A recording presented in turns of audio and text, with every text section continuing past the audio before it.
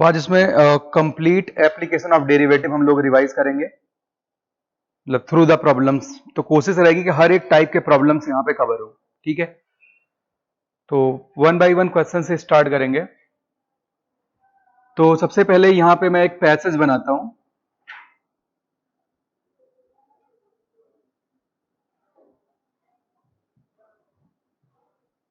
If fx equal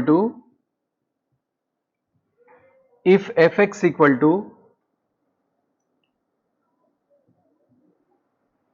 log x base 2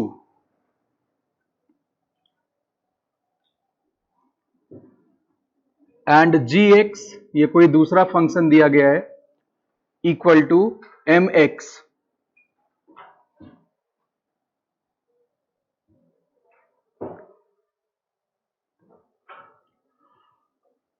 are two real valued function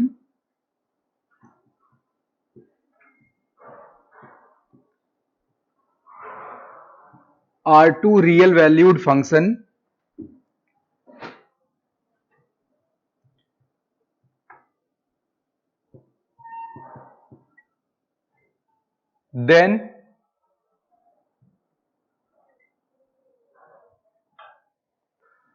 comprehension में से बहुत सारी बातें लिखनी होती है, लेकिन मैं सारी बात नहीं लिख रहा हूं, तो आपको पता चल जाएगा कि मतलब किस पॉइंट को कंसीडर करके सवाल दिया जा रहा है। अगर मैं दो ग्राफ से कभी भी आपसे नंबर ऑफ सॉल्यूशन की बात करूं, तो इसका मतलब दोनों के number of point of intersection की बात करी जाती है, राइट। तो यहाँ पे दो फंक्शन दिए गए हैं, f x equal to log x base 2 and g x equal to क्या गिवन है, m x, are two real valued function. Then answer the following questions, answer the following questions.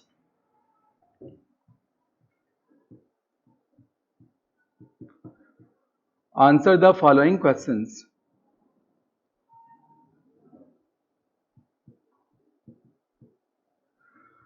तो फर्स्ट प्रॉब्लम है साथी यहां पे, find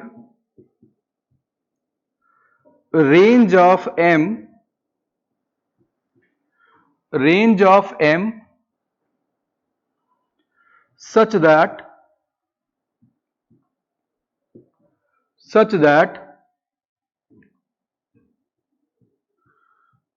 fx equal to gx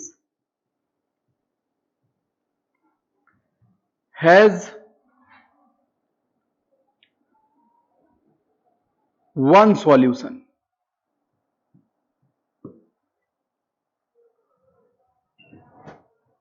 इसका दूसरा part आप लिखो,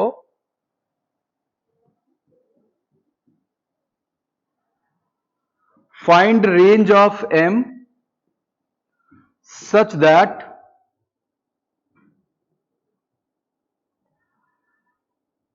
fx equal to gx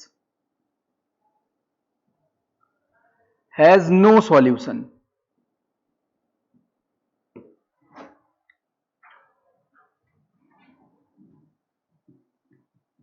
third part, find range of m such that fx equal to gx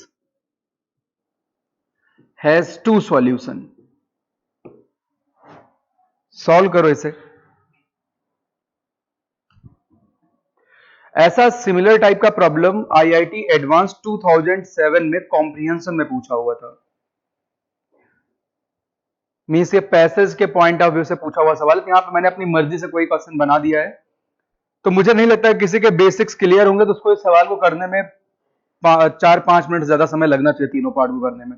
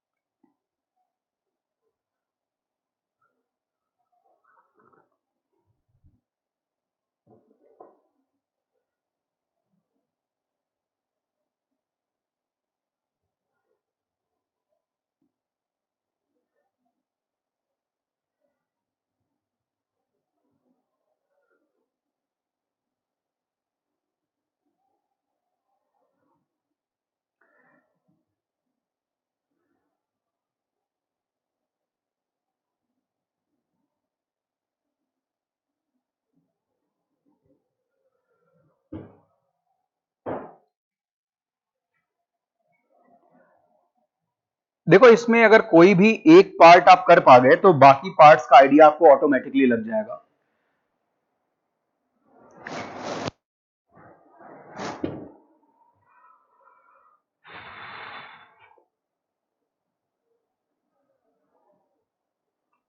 Sunil, कोई लॉजिक है तुम्हारे पास? ग्राफ के बाद क्या करोगे?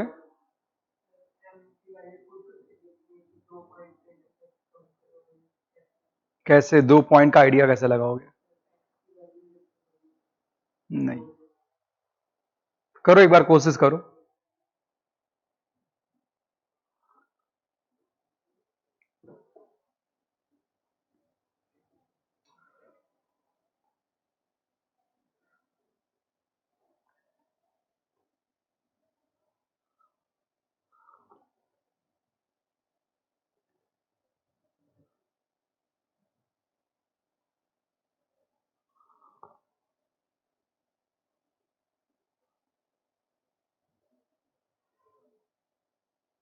दीक्षांत, तुम कुछ बता सकते हो?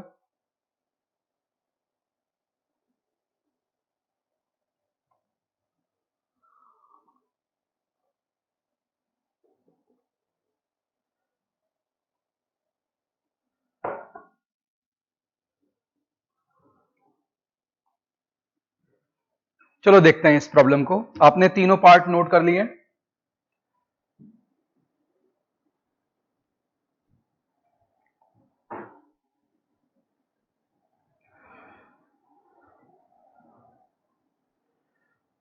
तो देखो यहां पे आपके पास जो फंक्शन है, एक log x बेस 2 दिया हुआ है और दूसरा mx है।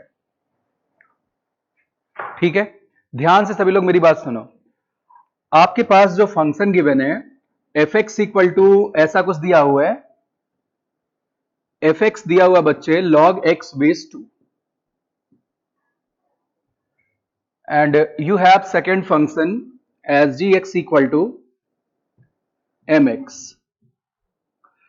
अब पहले पार्ट में तुमसे ये पूछा हुआ है कि अगर fx इक्वल टू gx के पास एग्जैक्टली एक सॉल्यूशन हो। जरा सोचो ध्यान से, एग्जैक्टली वन सॉल्यूशन का मतलब यानी ये दोनों ग्राफ एग्जैक्टली एक पॉइंट पे मिलने चाहिए। तो मिलने का मतलब वो टेंजेंट भी हो सकते हैं और एक पॉइंट पे कट भी कर सकते हैं। दोनों ही सिचुएशन आप काउंट करोगे। ठीक है, अब सवाल यह है कि अगर मैं इन दोनों ग्राफ को प्लॉट करूं, fx लॉग वाला ग्राफ है, gx एक लाइन का ग्राफ है। तो साथ ही fx का जो ग्राफ है, तो यहां तक हमारे सुनील भैया बिल्कुल सही चल रहे थे कि ग्राफ से कुछ कुछ आइडिया लगा सकते हैं। तो ये भाई log x बेस 2 का ग्राफ है। अब सवाल यह है कि अगर मैं gx इक्वल टू mx की बात करूं, तो एक लाइन है। अच्छा, अब लाइन की अगर मैं बात करूं, अगर मैं m की कुछ पॉजिटिव वैल्यू निगेटिव वैल्यू रखूं, तो देखो ऐसा हो सकता है कि ये लाइन कुछ ऐसे चले, क्योंकि ये लॉगरिथमिक फंक्शन है। तो ये बात तय है कि जो भी gx इक्वल टू mx तुमने लिया, कहीं ना कहीं आगे जाके इसे इंटरसेक्ट कर जाएगा। इस बात से तो आप लोग सहमत होंगे, क्योंकि भाई इसका स्लोप कॉन्टिन्यूअसली डिक्रीज कर रहा है और इसका स्लोप फिक्स है। तो जो भी mx वाला ग्राफ है वो कहीं ना कहीं आगे जाके कट जरूर करेगा, चाहे आप x बाई 100 कुछ भी लिख के चलो। ऐसी बातें हमने पहले भी थोड़ी बहुत डिस्कस कर रखी है। ठीक है, अब सवाल ये, अगर मैं यहां से लाइन बनाऊं, बोलो सर फिर भी कहीं इंटरसेक्ट करेगा? बिल्कुल, कहीं दूर जाके इंटरसेक्ट कर जाएगा, करेगा। अच्छा, अगर मैं स्लोप को निगेटिव ले लूं तो कितने इंटरसेक्शन आएंगे बताओ जी, कितने आ रहे हैं? 1। अच्छा, स्लोप जब बिल्कुल मैं इस लाइन को ऑलमोस्ट वर्टिकल कर दूंगा, तो स्लोप की वैल्यू कितनी हो जाएगी? Minus infinity. क्या हो जाएगी? यानी ये बात तय है कि वन सॉल्यूशन के लिए एक बात पता चल चुकी है कि अगर स्लोप की वैल्यू माइनस इन्फिनिटी से 0 के बीच में ली जाए, तो ऐसे केस में ग्राफ कुछ ऐसा दिखेगा mx वाला। बोलो सर आप पीछे क्यों नहीं बना रहे हो, इससे हमें फर्क नहीं पड़ेगा, यहाँ पे इंटरसेक्शन नहीं आ रहा है, इंटरसेक्शन इधर ही आ रहा है। अच्छा अगर लाइन को इधर लेके चले गए तो स्लोप अब क्या हो जाएगा, पॉजिटिव हो जाएगा, बिल्कुल लाइन आप ऐसे बढ़ा रहे हो। किसी साथी को कहीं दिक्कत तो नहीं है? यानी भाई एक पार्ट मिल गया m माइनस इन्फिनिटी से 0 तक हो, लेकिन अभी एक सॉल्यूशन एक जगह और भी हो सकता है। ये लाइन देखो कट कर रही है, फिर से मैंने लाइन बनाया, फिर से कट कर रही है, लेकिन एक ऐसा समय आएगा जब यहां से बनने वाली लाइन इस ग्राफ पे क्या हो जाए, टेंजेंट। यानी m की वो value if fx and gx are tangent,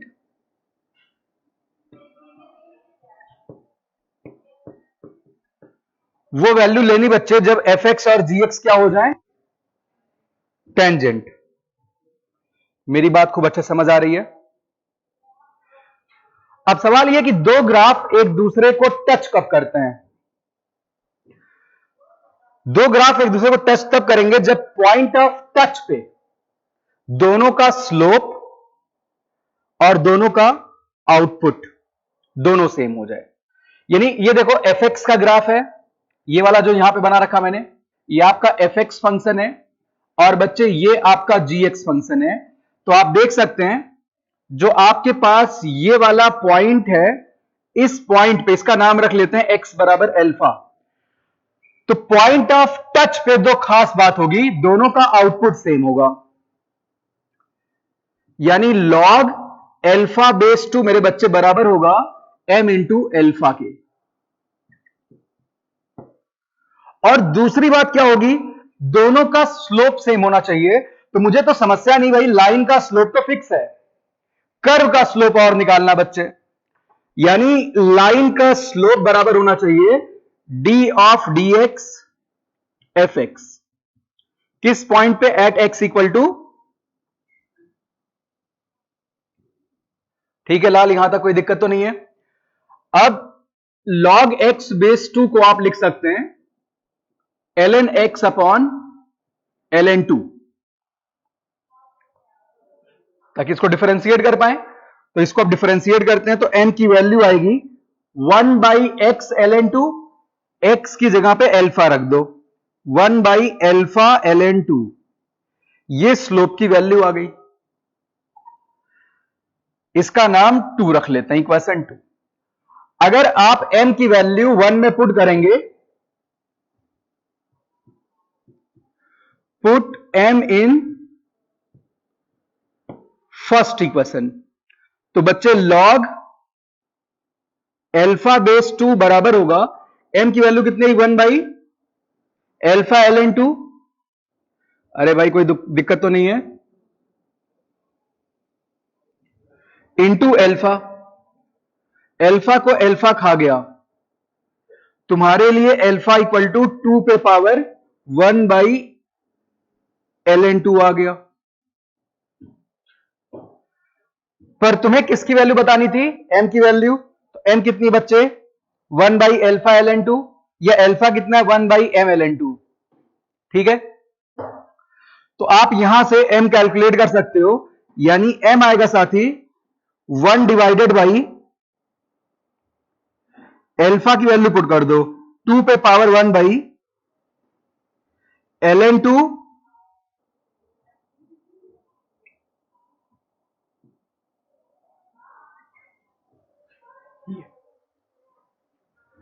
ठीक है। यानी m जो भी है माइनस इन्फिनिटी से 0 होगा, साथ के साथ बच्चे m ये भी हो सकता है, तो आप यूनियन में अकेला ये वाला m लिखेंगे। यहां तक कोई दिक्कत तो नहीं है? आपके पास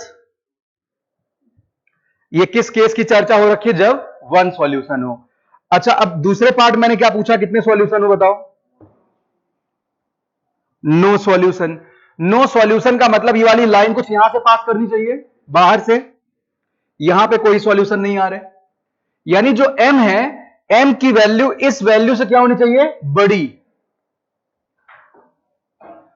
यानी साथी इस केस में जो m आएगा, यानी इस वाले स्लोप से ज्यादा स्लोप पे जब आप लाइन लेके जाओगे साथी तो इंटरसेक्शन नहीं आएगा, यानी m होगा यहां से क्लोज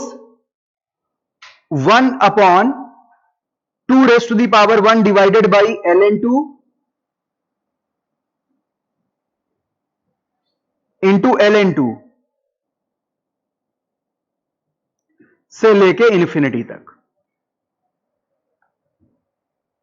तीसरा पार्ट क्या पूछ रखा है? टू सॉल्यूशन की बात करी गई। बताओ भाई सॉल्यूशन, सुनील, टू सॉल्यूशन की बात कब आएगी?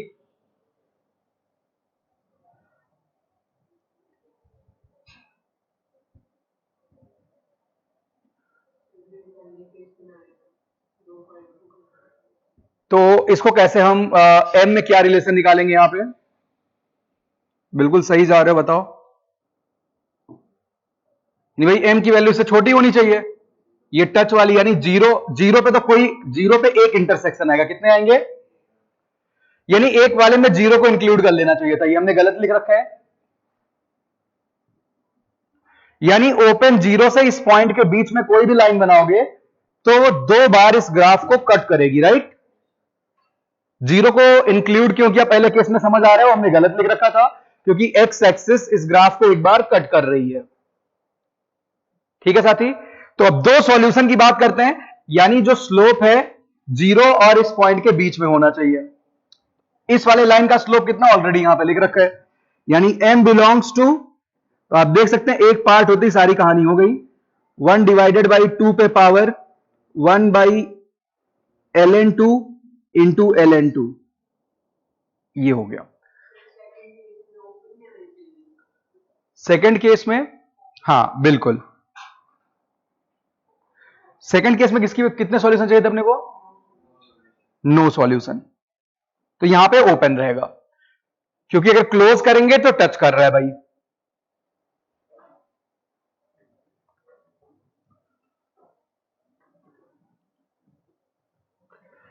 तो ये पूरा का पूरा जो प्रोसेस ऐसे कभी पूछा जाएगा आप कर पाओगे कि कब एग्जैक्टली वन सॉल्यूशन और टू हो, ऐसे कोई केस होगा तो आप इस तरीके से चर्चा करेंगे। पहले आप कहां पे अटैक करेंगे? पॉइंट ऑफ टच पे। एक बार अगर आप वो कर पा गए फिर कोई दिक्कत नहीं होने वाली है।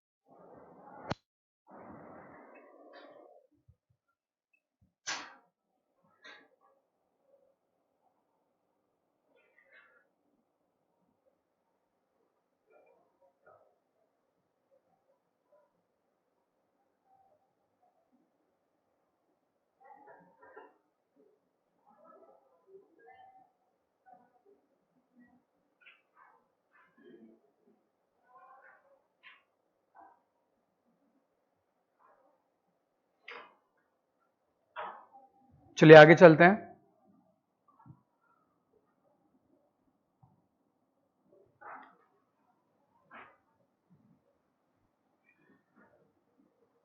तो जो भी अपनी अगली क्लास होगी उसमें मैं एओडी का मॉड्यूल डिस्कस करूंगा, मतलब कल वाली में तो हम इंटीग्रेशन स्टार्ट करेंगे, यानी मंडे को रख लेते हैं, उस दिन हम डिस्कशन करेंगे। तब तक का टाइम आपके पास है, तो आप सारा कुछ करके बैठे रहोगे तब तक, ठीक है। चलिए नेक्स्ट प्रॉब्लम पे आते हैं।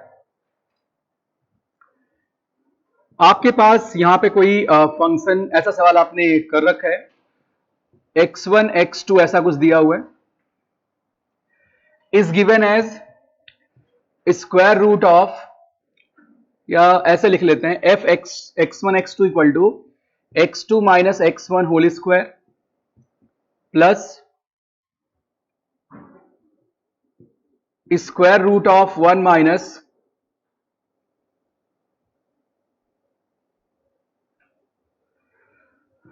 x1 square minus 4 upon x2 square.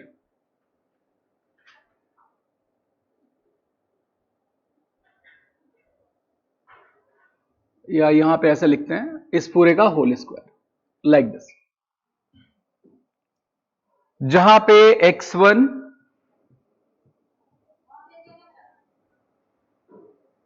0 से 1 के बीच का है, ठीक है। Then you have to calculate minimum value of f x1 x2। इसकी मिनिमम वैल्यू बतानी है, तो मेरे साथ साथ करो ताकि थोड़ी सी और प्रैक्टिस यहां पे हो जाए। तो अगर मैं इस फॉर्मेट की बात करूं, जहां तक अपनी समझ कहती है, ये कुछ डिस्टेंस फॉर्मूले के फॉर्मेट में लिखी गई चीजें हैं, राइट। आपके पास सपोज कोई एक पॉइंट ए है साथी, x1 y1, और दूसरा पॉइंट है B x2 y2। Now, if I am going to write distance between these 2 points A and B, then AB whole square equals, you can write in this way also, x1 minus x2 का whole square plus y1 minus y2 whole square। यानी अगर इसको comparison के तौर पे रखा जाए तो x1 माइनस x2 का होल स्क्वायर है, यहां पे तुम y1 माइनस y2 का होल स्क्वायर रख सकते हो, राइट। यानी ये जो ऊपर वाला एक्सप्रेशन x1 x2 में लिखा गया है, ये किन्हीं दो पॉइंट के बीच में डिस्टेंस के स्क्वायर के फॉर्मेट में लिखा गया है, यानी डिस्टेंस का स्क्वायर है। तो अगर मैं ऐसा लेट करूं, let y1 equals square root of 1 minus x1 square and y2 equals 4 divided by x2।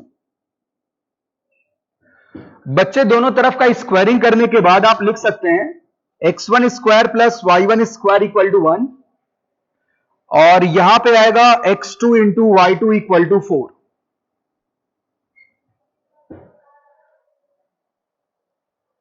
Now you are in position to comment that x1 y1 are 2 points on a circle x square plus y square equal to 1, right, and x2 y2 are 2 points on the rectangular hyperbola xy equal to 4। ये बात तो भाई यहां पे crystal clear लिखी हुई है।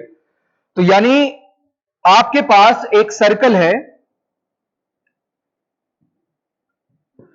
X square plus y square equal to 1।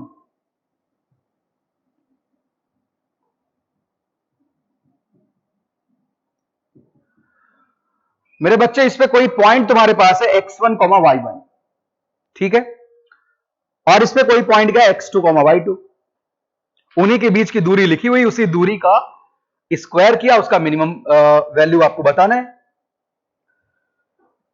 दूसरा कर्व क्या है, एक्स वाई इक्वल टू 4 है, बना लेते हैं। यहां पे हमें पता है दो कर्व के बीच का जो शॉर्टेस्ट डिस्टेंस है वो उनके कॉमन नॉर्मल के अलोंग लाई करता है। यानी इन दोनों कर्व का जो कॉमन नॉर्मल होगा, ऑब्वियस सी बात है, सर्कल का नॉर्मल सर्कल के सेंटर से पास करता है, कंडीशन ही आती है। ये m है बच्चे, इस पॉइंट को p कह लेते हैं।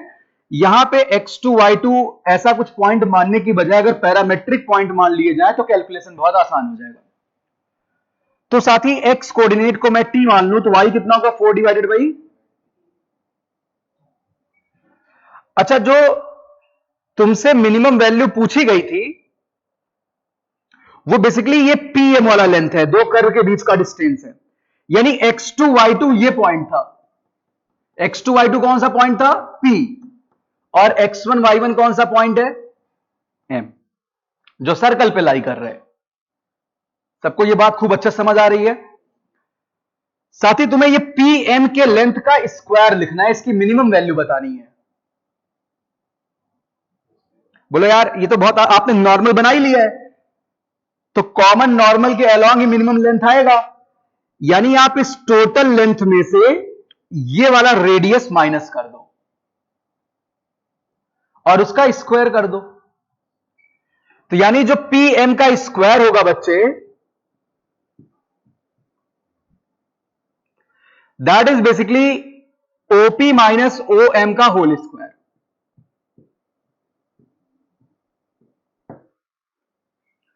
बताइए भाई, किसी साथी को किसी पॉइंट पे कहीं किसी स्टेप पे दिक्कत तो नहीं है? अब सवाल यह है इस नॉर्मल का स्लोप कैसे निकालें। नॉर्मल का स्लोप निकालने से पहले टेंजेंट का स्लोप निकाल लेना चाहिए। तो एक्स वाई इक्वल टू 4 था, अगर इस पे मैं dy by D x compute करूं मेरे बच्चे, ये सब बातें हमने डिस्कस कर रखी हैं, तो कितना आएगा, -4 बाई एक्स स्क्वायर। आप x बराबर t पे टेंजेंट का स्लोप निकाल रहे हो, तो रेक्टेंगुलर हाइपरबोला के लिए टेंजेंट का स्लोप होएगा -4 बाई टी स्क्वायर। ठीक है भाई, किसी साथी को दिक्कत तो नहीं है? तो बच्चे जो नॉर्मल का स्लोप होगा, नॉर्मल का स्लोप ये हो जाएगा टी स्क्वायर डिवाइडेड बाई 4। अच्छा, ये आपके पास इस लाइन का स्लोप आ गया, कोई दिक्कत तो नहीं है? यही स्लोप बराबर होगा अगर आप इस लाइन का स्लोप लिख दो y2 minus y1 upon x2 minus x1 से। यानी कितना होगा, 4 अपॉन टी, यानी 4 अपॉन टी स्क्वायर। तो बच्चे t पे पावर 4 कितना हो जाएगा, तो t कितना आएगा, प्लस माइनस, पर x को पॉजिटिव लिया था, यानी आपको पॉइंट इसी साइड वाला लेके आना पड़ेगा। ये बात अच्छे समझ आ रही है? तो आप +2 कंसिडर करोगे, क्या कंसिडर करोगे, +2। तो t की वैल्यू अगर बच्चे 2 आई तो ये 2,2 हो जाएगा। तो ये OP का लेंथ कितना हो जाएगा, √8, कितना हो जाएगा, यानी 2√2। अच्छा, रेडियस कितना है सर्कल का, 1, यानी 2√2 माइनस 1 का होल स्क्वायर। आपको एक्सपांड करने की जरूरत नहीं, आप यही इसका आंसर लिख सकते हैं। तो इस प्रॉब्लम का आंसर ये हो जाएगा भाई।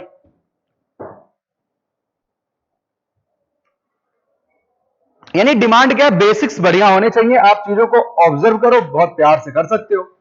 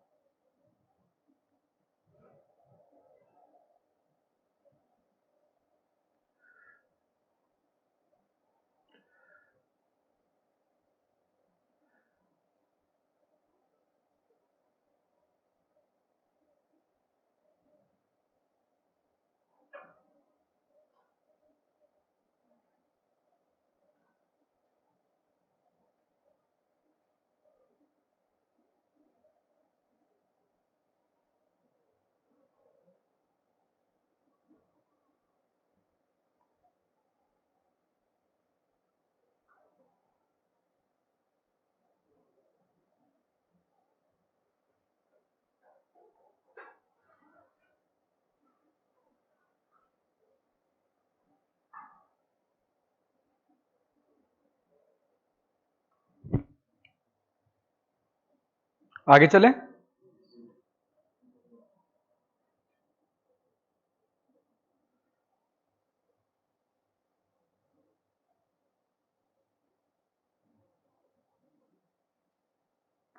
Angle of intersection, normal, tangent वगैरह पे क्वेश्चंस मैं नहीं करवा रहा हूं, ऑलरेडी बहुत सारे सवाल कर रखे हैं। ठीक है, तो कुछ बीच बीच में रैंडम क्वेश्चंस हम करते चलेंगे। बाकी सबसे इंपॉर्टेंट पार्ट है डिस्कशन। डिस्कशन बढ़िया से करेंगे मंडे को। ठीक है, चलिए नेक्स्ट प्रॉब्लम पे आते हैं। थोड़ा सा रियल सिचुएशन में मैं प्रॉब्लम बनाने की कोशिश करता हूं।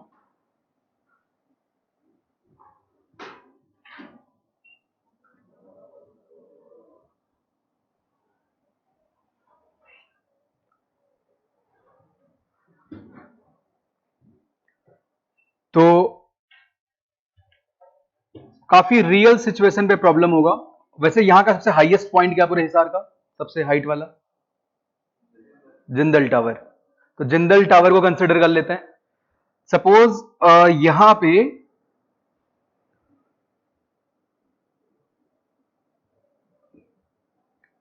ये भाई जिंदल टावर है।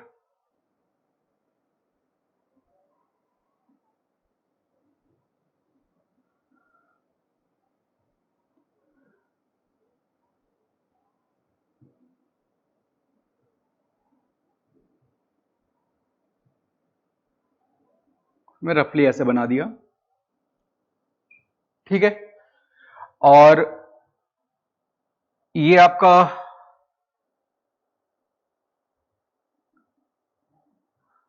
सपोज जिंदल टावर का बिल्कुल जैसे ये यहां पे जिंदल टावर है, इसके फ्रंट पे एक बहुत बड़ा पार्क है। एज्यूम कर लेते हैं यहां पे मान लिया ये देखो संकल्प का लोगो लगा हुआ है। किसका लोगो है ये? संकल्प का मान लेते हैं, यहां पे लगा हुआ है।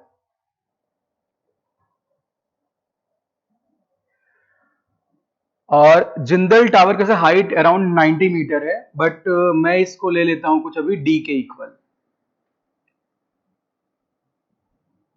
इसकी हाइट को कितना मान लिया है? डी। और इस लोगो की हाइट को एच मान लिया है। अब यहां से किसी भी स्टूडेंट का जो आई लेवल है वो इस सरफेस पे यहां पार्क में इस टावर की तरफ बढ़ रहे हैं। ध्यान देना, स्टूडेंट का आई लेवल यहां पे है, कितनी हाइट पे? ये हाइट जो भी है के है। भाई आई लेवल की कुछ ना कुछ हाइट होगी, तो यहां पे ऐसे मूव कर रहा है, उसको इस लोगो का सबसे मोस्ट फेवरेबल व्यू टावर से कितनी दूरी पे दिखेगा। अच्छा, इस पूरे प्रोसेस में एक्चुअली टावर की कुछ थिकनेस होती है, उसको हम नेग्लेजिबल मान के चल रहे हैं। मान के चल रहे हैं कि ऐसा वर्टिकल टावर है, पोल टाइप का है टावर को क्या मान लेंगे? ऐसे कैसे मैथमेटिक्स थोड़ा सा एब्सर्ड आंसर करता है। यानी अगर ये बहुत ज्यादा दूरी पे एनालिसिस की जाए तो हम टावर की जो भी विथ है उसको हम नेग्लेजिबल मान लेंगे। मेरी बात समझ पा रहे हो अच्छे से? ठीक है, तो यानी हम ये मान लेते हैं कि भाई ये जो मैंने वर्टिकल लाइन बना रखी है ये पूरा यहां से टावर आ रहा है, ऐसे आ रहा है, ऐसे मान लेते हैं। मैंने एक स्ट्रेट अप ऐसा वर्टिकल अप ऐसा मान लिया टावर को। ठीक है, तो यानी कहने का मतलब क्या है, इस स्टूडेंट को इसका सबसे ध्यान देना। आप जैसे मान लो आपके पास यहां पे कोई पॉइंट रखा गया है, कोई भी लोगो रखा गया है, आप ऐसे एक लाइन ऑफ एक्शन पे चल रहे हो, इस तरीके से आप जा रहे हो, तो आपको कभी ना कभी इस लाइन पे आगे पीछे मूव करने पर उसका सबसे फेवरेबल व्यू नजर आएगा। वही बात कही गई है कि इस टावर के बेस से कितनी दूरी पे वो खड़ा हो कि सबसे ज्यादा फेवरेबल व्यू उसको नजर आए। बताओ भाई कैसे करोगे इसे?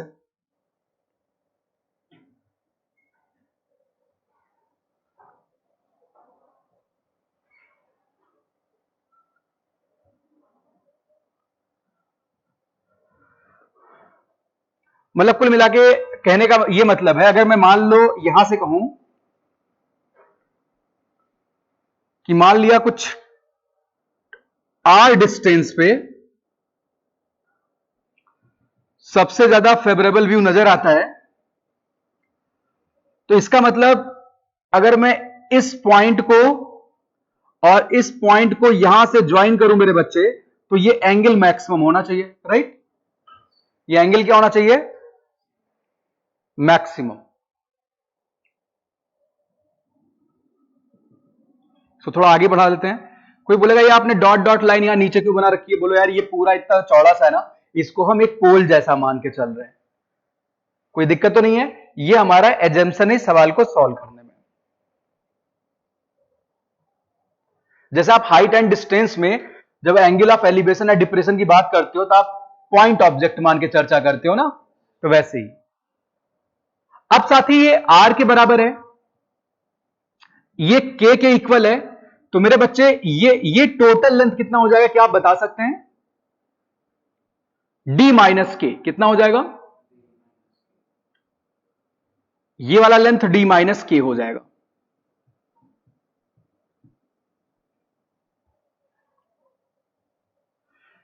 इस एंगल को अभी मैं एल्फा मान लेता हूं। ये एंगल सपोज θ2 है और ये एंगल बच्चे θ1 है, तो एल्फा की वैल्यू किसके बराबर होगी?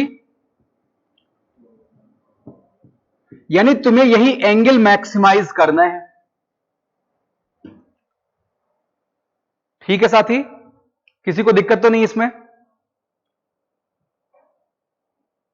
अब सबसे पहले अगर मैं यहां पे tan θ1 कंप्यूट करूं, अभी मैंने इनका नाम नहीं रखा, रख लेते हैं सारे पॉइंट्स का, A B C D, तो आप ट्रायंगल BCD से tan θ1 कैलकुलेट कर सकते हैं। बताइए भाई, कर सकते हैं नहीं कर सकते हैं? tan θ1 कितना बच्चे कितना होगा? D माइनस के बाई R। तो θ1 कितना हो जाएगा?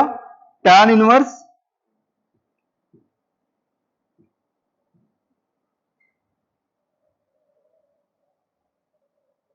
दोनों मैंने θ1 लिख रखा है, इसको θ2 कर लेते हैं, तो हमने tan θ2 निकाला है। ऐसे ही tan θ1 आप कैलकुलेट कर पाओगे?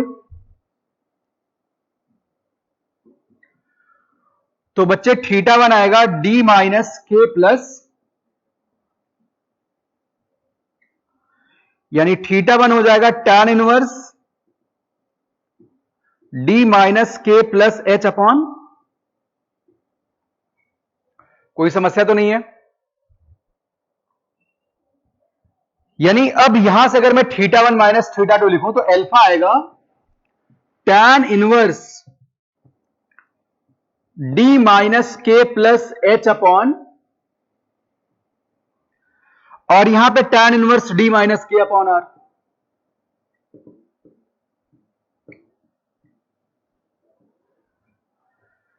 यहां पे वेरिएबल क्या है?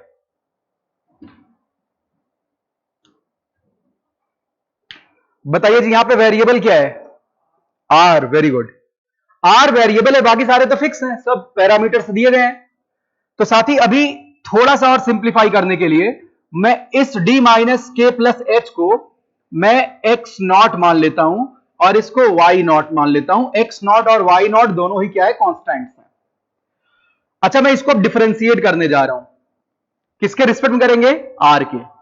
d alpha upon D R. तो tan inverse x not upon r का डिफरेंस पता ही क्या होगा? यानी 1 अपॉन 1 प्लस एक्स स्क्वायर, यानी बच्चे 1 plus x naught square upon, और एक्स नॉट बाई आर का differentiation minus x not by, ऐसे यहां भी कहानी होने वाली है। तो बच्चे यहां पे आएगा प्लस 1 डिवाइडेड बाई, अच्छा यहां भी माइनस ही था, sorry, 1 plus y naught square by r square into minus y naught by r square. बच्चे d alpha by d r को आप क्या करेंगे? 0। देखो ये जो मेथड मैं यूज कर रहा हूं ये तो मैं कभी यूज ना करूं। जो भी बच्चे केबीपीवाई स्ट्रीम ऐसे या फिर ओलंपियाड्स की तैयारी करते हुए आते हैं, उनके पास तो बहुत ही फैंटास्टिक अप्रोच होता है ज्योमेट्री का। ये सवाल लिखा था तो वो आंसर लिख के चले गए होते आगे, अब तक ये सॉल्व हो चुका होता क्वेश्चन लिखते ही। तो ज्योमेट्रिकल रिजल्ट की बात अभी मैं यहां पे डिस्कस करूंगा कि ज्योमेट्री से कैसे आप कर सकते हैं। तो D alpha upon D r को आप 0 कर दो। यहां से किसकी वैल्यू तुम्हें निकालनी होगी? आर की वैल्यू। तो साथी इसको सिंप्लीफाई कर लेते हैं, यानी यहां से आएगा y naught upon y naught square plus r square equal to x naught upon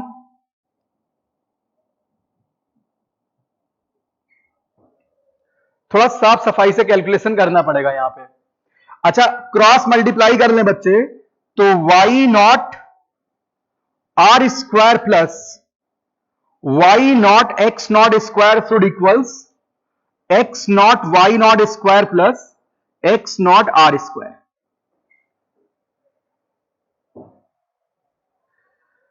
आप आर की वैल्यू चाहते हो तो आर वालों को एक तरफ ले आओ,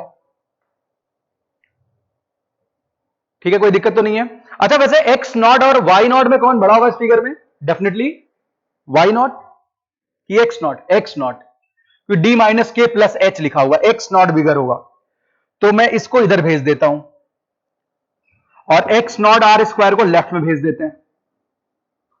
नहीं, x naught y naught square को लेफ्ट में भेजते हैं, कोई दिक्कत तो नहीं जी? तो बच्चे एक्स नॉट वाई नॉट बाहर आएगा, x naught minus y naught, r square बाहर आया, x naught minus y naught. देखो ऐसे कैलकुलेशन बड़ा आसान हो गया। तो आर की वैल्यू कितनी आ गई? रूट, वेरी गुड, यानी एक्स नॉट वाई नॉट, ये आर स्क्वायर है, आर क्या हुआ? एक्स नॉट वाई नॉट का रूट हो गया, इतनी दूरी पे होएगा। अच्छा, आपके पास अभी मैंने डबल डेरिवेटिव टेस्ट नहीं किया, एक ही क्रिटिकल पॉइंट आ रहा, आर डिस्टेंस है, पॉजिटिव ही होगा, तो अब दोबारा वैसे डिफरेंशिएट करना चाहिए। डबल डेरिवेटिव टेस्ट में क्या दिखना चाहिए? मिनिमम पूछा हुआ है, क्या पूछा हुआ है कि मैक्सिमम? एंगल मैक्सिमम है मिनिमम? एंगल को मैक्सिमाइज करना है। मोस्ट फेवरेबल व्यू का मतलब एंगल का मैक्सिमा, यानी डबल डेरिवेटिव क्या होना चाहिए? निगेटिव। पूरी बात समझ आ रही है? तो साथ ही आप यहां पुट कर दो, यही आपका आंसर होगा, एक्स नॉट और वाई नॉट की वैल्यू। आप डबल डेरिवेटिव जरूर चेक कर लेंगे। तो डी माइनस के प्लस एच,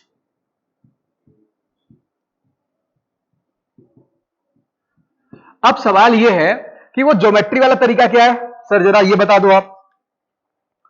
प्रूफ तो अभी नहीं बता रहा हूं, आज सोचने का मौका दे देता हूं, प्रूफ आप कल डिस्कस कर लेना। आपके पास अगर आप ध्यान दें, ये 3 नॉन कोलिनियर पॉइंट है। कैसे पॉइंट है? Non collinear. पता है मोस्ट फेवरेबल व्यू तभी आएगा जब यहां से पास करने वाले सर्कल पे ये वाली लाइन टेंजेंट हो जाए। क्या हो जाए? अब यहां पे कौन सा फॉर्मूला यूज करेंगे? अगर आपके पास किसी भी एक्सटर्नल पॉइंट सर्कल पे कोई टेंजेंट और ये सिकेंड बनाया गया हो, तो पीटी स्क्वायर किसके बराबर होता है? पीए इंटू पीबी। सुना होगा ना? पीटी स्क्वायर बच्चे पीए इंटू पीबी के बराबर होता है। यानी ये लेंथ कितना था? आर, पीटी का मतलब आर का स्क्वायर। बताओ भाई, कोई समस्या तो नहीं? यहां पे पी ए का लेंथ मतलब ये वाला लेंथ, समझ गए? पीबी का मतलब ये टोटल लेंथ। ये तो भाई यही सॉल्व हो गया यार, ये तो इतनी दूर में खत्म हो गया। लेकिन सवाल यह है कि मोस्ट फेवरेबल व्यू के लिए इन 3 पॉइंट से पास करने वाले सर्कल पे ये वाला लाइन सेगमेंट टेंजेंट क्यों होता है? ये क्यों वर्ड आप कल लिख के ले आना, ठीक, इसका रीजन बाकी फिर हम डिस्कस कर लेंगे। ध्यान रहे, मोस्ट फेवरेबल व्यू के लिए क्या होगा? टेंजेंट होना चाहिए। ये रिजल्ट आप याद भी रख सकते हो।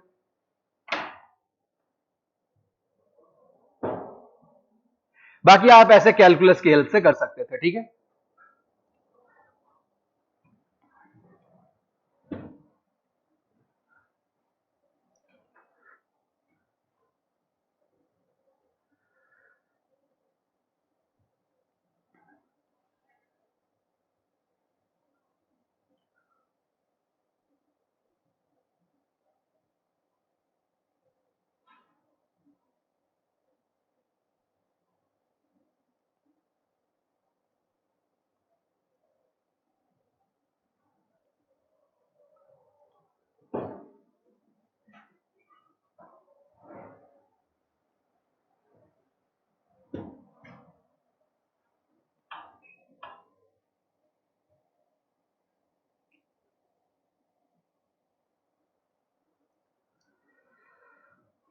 दीक्षांत कहीं कोई डाउट है?